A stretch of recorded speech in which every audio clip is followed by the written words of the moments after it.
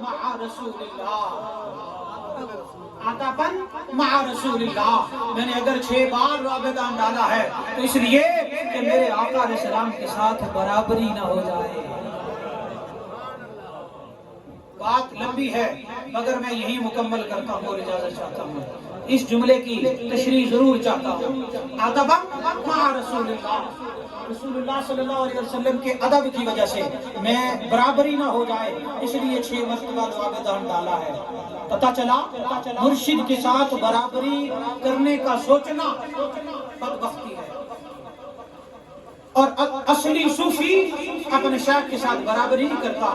ہاں یہ الگ بات ہے کہ شیخ صوفی کو خود اٹھا کر اپنے سے بلند کر دے، وہ کر دے تو اس کی کرم نوازی ہے، اپنے اندر یہ نہ سوچے کہ میں بڑی چیز ہوں۔ جیسے کہ حضرت سخی شاہ سلیمان نوری حضوری رحمۃ اللہ علیہ نے حضرت نوشہ گنج بخش رحمۃ اللہ علیہ کو دنیا کے سامنے خود سے اٹھا کر اوپر کر دیا۔ اور یہی مثال میں آپ کو یہ بتا دوں کہ جس پر بھی کرم نوازی کریں اللہ والے وہ اٹھا کر اوپر کر دیں تو یہ ان کا کرم ہے، نہ اس کے دل میں تکبر آنا چاہیے، نہ دیکھنے والے اسے شیخ سے اونچا سمجھیں، اگر سمجھیں گے منزل سے گرا دیے جائیں گے۔ اللہ رب العالمین کہ پیارے ولی کے یہ کلام سے پتہ چلا ہمیں با ادب رہنا چاہیے۔ حضرت صوفی برکت علی لدھیانوی فرماتے ہیں بے ادب چاہے کسی کا بھی ہو نامراد ہوتا ہے، اور با ادب چاہے کسی کا بھی ہو بامراد ہوتا ہے۔ لہذا ہمیشہ با ادب بامراد رہیے، بے ادبی نامرادی سے ہمیشہ دور رہیے۔ پھر یہ بھی پتہ چلا جب بھی دین کا کام کرنے والا کوئی انسان چاہے یہاں شریف پر بیٹھ جائے تو اس کی مدد کے لیے اللہ کا نبی بھی ہاتھ آتا ہے، اور حضور حضرت مولا کائنات بھی آتے ہیں، حضور غوث اعظم بھی آتے ہیں۔ کوئی ان کو تنہا نہ سمجھے، چاہے دنیا کی کوئی بھی طاقت اس کے پاس ہے، چاہے وہ دولت کے لحاظ سے اور سیاست کے لحاظ سے، معاشرت کے لحاظ سے، عہدے کے لحاظ سے، شہری دست و بازو کے لحاظ سے، قبیلہ کے لحاظ سے، یا پھر شہرت کے لحاظ سے، یا پھر اپنی پوسٹ کے لحاظ سے، کوئی جتنا بھی بڑا ہے وہ بڑا اپنی جگہ ہوگا، مگر اللہ کے ولیوں کے سامنے وہ کوئی بڑا نہیں ہے، اور اگر بڑا بنے گا یا بننے کی کوشش کرے گا تو ہمیشہ کے لیے گرا دیا جائے گا۔ لہذا اللہ والوں کے سامنے کبھی بھی کوئی بڑا نہ بنے، ہاں وہ بڑا بنائے تو ان کی عطا ہے، پھر بھی عاجز رہے، متکبر نہ بنے۔ اور اللہ تعالیٰ اس آستانہ پاک کو ہمیشہ کے لیے سلامت رکھے، آباد و شاد فرمائے۔ میں قبلہ پیر صاحب کا بار دیگر شکریہ ادا کرتا ہوں کہ آپ نے مجھے حکم فرمایا اور وقت حاضری ہوئی۔ اللہ اس آستان کو تاصب قیامت آباد رکھے۔ حضرت صاحبزادہ پیر محمد حسین قادری سلیمانی رحمۃ اللہ علیہ ان کے درجات بلند فرمائے، اور ان کے اور حضور موتی عمر سرکار رحمۃ اللہ علیہ کے فیضان فیض سے ہم سب کی جھولیاں بھر دے۔ آمین۔ وما علینا الا البلاغ المبین۔